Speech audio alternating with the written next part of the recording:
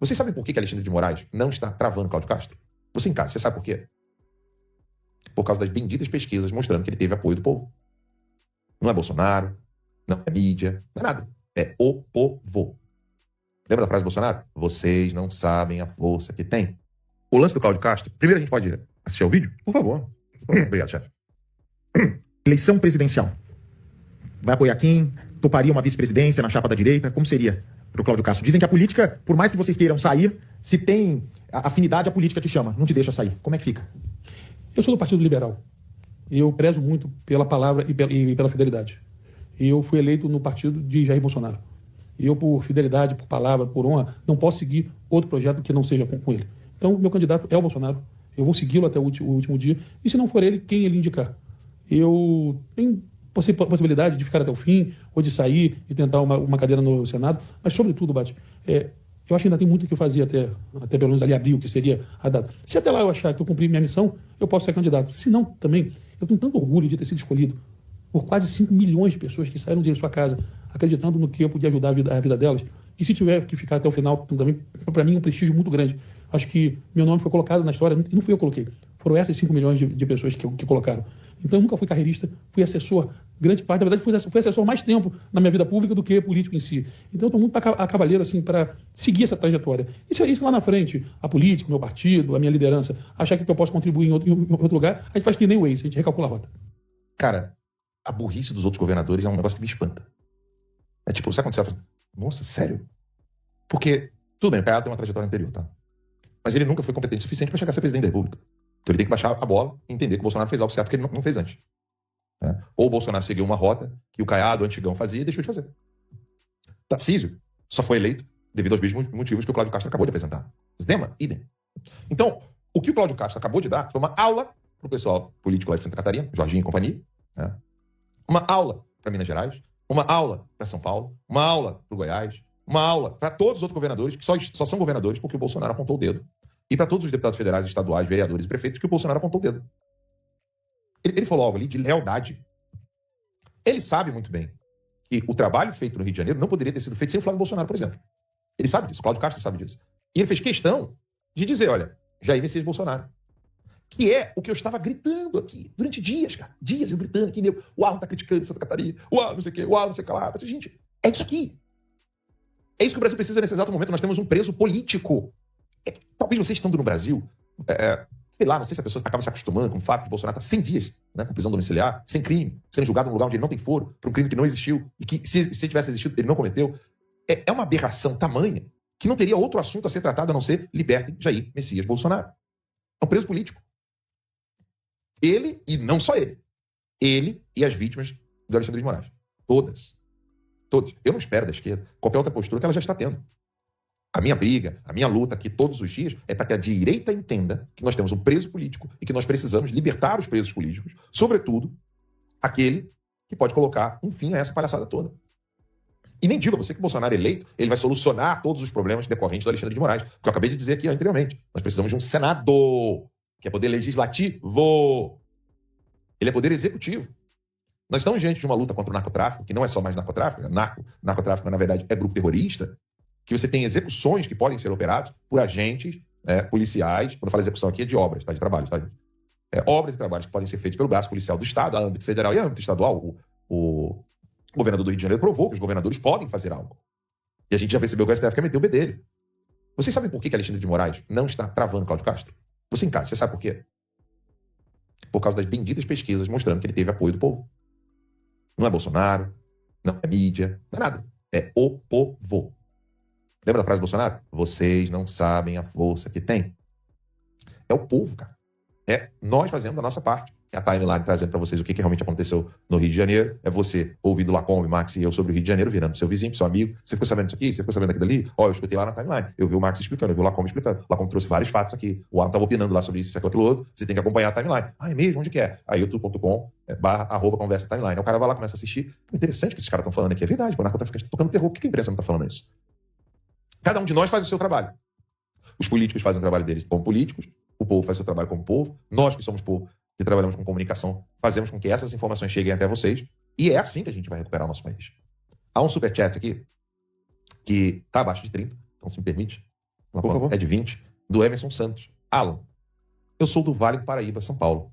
E ontem tivemos uma ação diferente. Um motorista sequestrado, carga roubada, motorista amarrado. Até aí é o modo normal. Porém, colocaram explosivos em volta do motorista. Que mensagem é essa? Pergunta o Emerson Santos, que está nos assistindo aqui. A mensagem, Emerson, é claríssima. Eles vão atuar da mesma maneira que estão atuando, só que com mais táticas terroristas apontadas para o povo. Você tomar uma decisão, imagina só os criminosos, né, os terroristas. Essa ação que ocorreu ontem, ela pode estar, eu não estou dizendo que ela está, ela pode estar relacionada à decisão do Gonê. Por que não? Porque todo ato terrorista visa um benefício político. Por que colocar bomba ao redor do corpo de um motorista num roubo de carga, que infelizmente é comum no Brasil, no dia da decisão do Gonê? Tem uma ideia de app web que vale milhões? Com a Hostinger Horizons, ela vira realidade. Vejam só, eu vou aqui agora abrir o Google e perguntar quantos senadores existem em São Paulo. Então vamos lá, vamos ver quantos senadores existem em São Paulo. Então nós temos aqui a lista de senadores por São Paulo. Vamos ver aqui, site do Senado. Vem comigo, vê os nomes. Astronauta Marcos Pontes, que não é astronauta coisa nenhuma, é só Marcos Pontes, Bundão, Jordano, Mara Gabrilli. Será que isso não é um recado? Aliás, isso é uma discussão antiga, né? Todos os estados terem 3 senadores, né? É porque aí você tem 3 senadores num estado desse tamanho, você tem 3 senadores num estado desse tamanho. Você tem 3 senadores num estado que manda R$2, você tem 3 Tinha que ter uma senadores num estado... proporcionalidade como tem para deputado, né? Ainda que haja um limite máximo de 70 deputados federais por estado, você tinha que ter um número... Podia ter estado com um senador só, outro com 4, com 5. Bom, Mas eu isso é outra discussão. afirmo peremptoramente, sem medo de errar. À medida em que a direita conseguir avançar nessas coisas burocráticas, chatas, políticas, eleitoreiras, os atos terroristas irão aumentar. Confirmando tudo o que nós estamos falando acerca desses narcotraficantes, que eles não são só ladrões, eles não são só narcotraficantes. Narcotraficante e ladrão não coloca bomba no corpo de uma pessoa que você roubou carga. Isso é ato terrorista. Não existe isso. Não existe. Vou roubar e botar bomba ao redor do seu corpo. O cara estava desarmado, o cara não tinha escolta armada, ele não estava ali com um grupo de segurança armados, perigosamente armados. Não tinha nada disso. Era um motorista simples, comum, como eu e você, como qualquer outro motorista vizinho da sua casa. Esses caras colocaram bomba no corpo desse homem. Era uma bomba falsa, mas ele não sabia, né? Ele ficou Mas mesmo 5 assim, horas. Mas isso é terrorismo. Mas isso o terrorismo é isso. Você não precisa que a bomba seja verdadeira para que o terror seja Vocês viram a exercido. cena dele saindo do caminhão, desmaiando? Sim. Loucura, cara. Isso é tortura. Tortura. Não importa se a bomba é verdadeira ou falsa. Uhum, Você é terrorismo. faz isso a terrorista. Óbvio que é. E a mega operação do Rio, ela mudou o jogo. Mudou o cenário. Mudou. O Alexandre de Moraes está até meio bugado, né? Você vê que ele está meio paralisado assim nas ações dele. O STF também. E o governo Lula. Por quê? Porque eles estão percebendo que a popularidade do Lula sentiu, né? Caiu ainda mais. Por causa da questão da mega operação e o fato da população perceber que nem o judiciário, né? O ministro do STF, nem o governo Lula estão dispostos a realmente combater o crime. Isso pegou muito mal. Isso pegou tão mal que saiu hoje uma pesquisa da Quest, né? Aquela Genial Quest, né? Agora, normalmente estão assinando só a Quest. Agora, desde que o Banco Genial teve envolvido naquela história do PCC, das fintechs, de vez em quando sai ainda Genial Quest, de vez em quando sai só Quest. Tá saindo só Quest mesmo. O Genial agora porque fica muito na cara, né? Mas você imagina, esse grupo fez uma pesquisa e colocou que a popularidade a intenção de voto, né, do Lula caiu. A ponto que agora, segundo essa pesquisa, que a gente já sabe que ela é enviesada, está empatado, tá? No segundo turno com o Bolsonaro. Seria um empate técnico entre Lula e Bolsonaro. Ou seja, por uma pesquisa dessa mostrar um empate técnico entre Lula e Bolsonaro no segundo turno de uma possível eleição presidencial no ano que vem, você imagina quanto que é o valor real, né? Quanto que é a porcentagem real disso daí. E o interessante, Ilacombe, eu acho que o G1 dessa vez não recebeu o briefing do... como é que chama, né? Aquele negócio invertido, né? Que a gente mostrou. Os gráficos o gráfico invertido e tudo. Parece que dessa vez acho que eles não receberam, só a CNN. Inspiração do Márcio Pockmann. Pois é, só a CNN que recebeu. Coloca aí, produção, coloca na tela aí para o pessoal ver. Né? Como que foi noticiado isso? Tá? Como é que foi noticiado essa nova... Ali, ó. Quest, Lula lidera todos os cenários do primeiro turno. Carta Capital. Pesquisa Quest, Lula lidera todos os cenários do primeiro turno. Aí o G1, né, botou a notícia real. Falhou. Botou a notícia real, eu fiquei impressionado. Quest, Lula volta a empatar tecnicamente com o Bolsonaro. Saiu lá, acho que o briefing não chegou, alguém o foi Pixel não demitido. chegou. Alguém perdeu o emprego no G1. Pois é. Provavelmente. Porque essa, de fato, é a notícia real da pesquisa.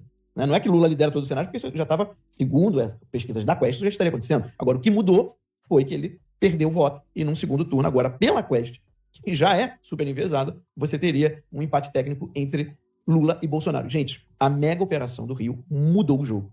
Foi uma pena que a gente não teve um trabalho mais forte, uma pressão maior com o PL antifacção, porque ele veio no momento certo, mas faltou união da direita, tá? De fazer uma pressão imensa para conseguir classificar facções criminosas como grupos terroristas no Brasil. Isso poderia ter mudado o jogo ainda mais. Tá? Não está perdido, não. O trabalho continua, teve muita coisa importante vindo nesse PL contra as facções, vai dificultar a vida, principalmente dos líderes das facções, né? O PL que o Derrite relatou, mas faltou aquela pressão.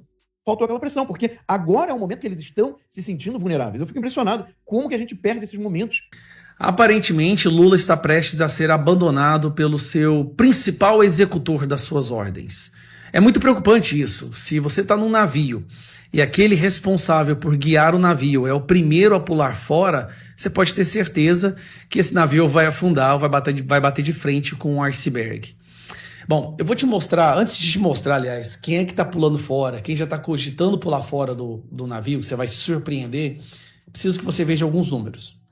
Famílias em dívida é recorde no Brasil. Bem rápido, tá? 1/3 das empresas brasileiras estão inadimplentes. Nós temos 24 milhões, 8 milhões estão inadimplentes. No agro, que é a principal força motriz da economia brasileira, pedidos de recuperação judicial disparam. Recuperações judiciais batem recorde em 2024. Olha isso aqui, gente. Isso aqui foi na crise da Dilma. Tá vendo essa coluna aqui, ó? Esta foi a grande crise do período da Dilma, tá bom? Que logo depois entrou o Temer. Brasil registra maior inflação do mês em fevereiro em 22 anos. Inadimplência... Cadê? A inadimplência do cartão... Vou aumentar aqui para você ver. Porcaria. A inadimplência do cartão de crédito... Só para você ter uma ideia. Bate recorde também. 60% das pessoas que usam cartão de crédito estão devendo. E aí nós temos... Essa aqui, ó. Brasil tem mais de 335 mil pessoas em situação de rua. Mais do que dobrou. No período do governo Lula apenas. Situação no período de pessoas no situação de rua mais do que dobrou. Continuando. Brasil terá rombo fiscal mesmo com recorde de imposto em 2025. Ano que vem, nós estamos... Aquela palavra com F, que eu não vou falar aqui. Sob Lula, estatais têm déficit recorde de 18 milhões. Tá bom. Brasil quebrou. Quem que mais foi o responsável por essa quebradeira? Não foi Lula, mas foi aquele que executou as ordens do Lula. Haddad diz não saber se tem pretensão de ficar na fazenda. O Haddad conseguiu, isso por si só já é espetacular, ele fez um cálculo básico lá de matemática e entendeu que no ano que vem o Brasil está quebrado. O Brasil não tem dinheiro para nada. Gente, o Ministério da Educação não comprou os livros para os alunos do ano que vem. Nós não temos livros. Nós não vamos ter dinheiro para a saúde, para a educação, para a segurança. A Polícia Federal já suspendeu a emissão de passaporte, porque eles não têm dinheiro para emitir passaporte. Bom, o ministro afirma ter entregado tudo o que o presidente Lula pediu, mas não sugere qual pode ser o seu futuro. E aí ele fala, o ministro da Fazenda Haddad declarou não saber se tem a pretensão de continuar à frente do ministério. Isso aqui ele falando abertamente, tá, gente? Eu quero sair. Em entrevista ao Estadão, divulgada na quinta-feira, disse que está satisfeito com a situação, que entregou tudo o que o presidente Lula havia pedido. Ou seja, ele está falando assim, ó, eu fiz o que ele mandou, só que agora deu merda e eu quero pular fora. Não sinalizou quais serão seus planos. Haddad disse ter comunicado ao presidente da sua inclinação de não sair candidato em 2026. O que eu estou vendo aqui? Em 2026, ele vai ter que pagar pelo preço, né, de tudo que ele fez em 2023, 2024 e 2025. Então ele sabe que a possibilidade dele ser eleito não vai ser boa, porque numa campanha vai ser usado contra ele. Ele é cotado para disputar o governo de São Paulo. Sabe que não tem a menor chance para o governo de São Paulo. Ao ser questionado se planeja seguir na Fazenda em um eventual quarto mandato de Lula, ele já confirmou que tentará a reeleição. Respondeu o seguinte, não sei se tenho essa pretensão, vamos ver. O Haddad quer pular fora. O Haddad percebeu que o governo quebrou, ele olhou para o caixa, olhou para o fluxo e falou, olha, nós quebramos o país. Ele não vai admitir isso abertamente, é claro, mas ele não quer estar no barco quando o barco afundar. Ele não quer que a sua história seja incluída que o seu nome seja incluído nesse período da história. O braço direito do Lula, aquele que o Lula dizia que ia ajudar, foi melhor ministro da Economia, o ministro da Fazenda que o Brasil já teve, viu que o Brasil quebrou e agora quer pular fora. Quem será que o cara vai colocar ali? Bons? Gleisi Hoffmann? Lindenberg Faria? Não sei, ninguém vai conseguir segurar o estrago que vai vir por aí. E é triste, é realmente triste ver o que fizeram com o nosso país. É triste ver que serão necessários anos para a gente poder resgatar esse colapso econômico. Qualquer polo do comércio, de qualquer cidade que você for e conversar com os comerciantes, aquele comerciante de uma porta só, que às vezes nem tem funcionário, ele vai te falar a verdade. O faturamento caiu 30%, 40%, 50% em alguns lugares. Tudo por conta dessa economia que o Lula quis implantar e quem ajudou a executar foi o Haddad, que agora entendeu que está na hora de sair, porque ele não quer estar lá quando o navio...